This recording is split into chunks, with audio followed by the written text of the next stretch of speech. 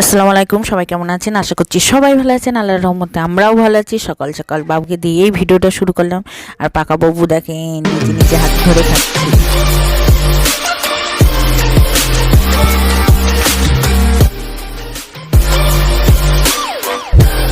প্রত্যেকটা জিনিস। আর সকাল সকাল উঠে চা খেয়ে দেখেন বালি নিয়ে খেলা, মানে তারপরে হুড়কুনিওয়ালা আসছে, মানে ল ভাঙালা, তার কাছ থেকে ল দিয়ে কিছুটা হুড়কুনি কিনলাম। আর গরু দেখেন নিন্নি খাচ্ছে, আমার ছেলে বলে নিন্নি খাচ্ছে।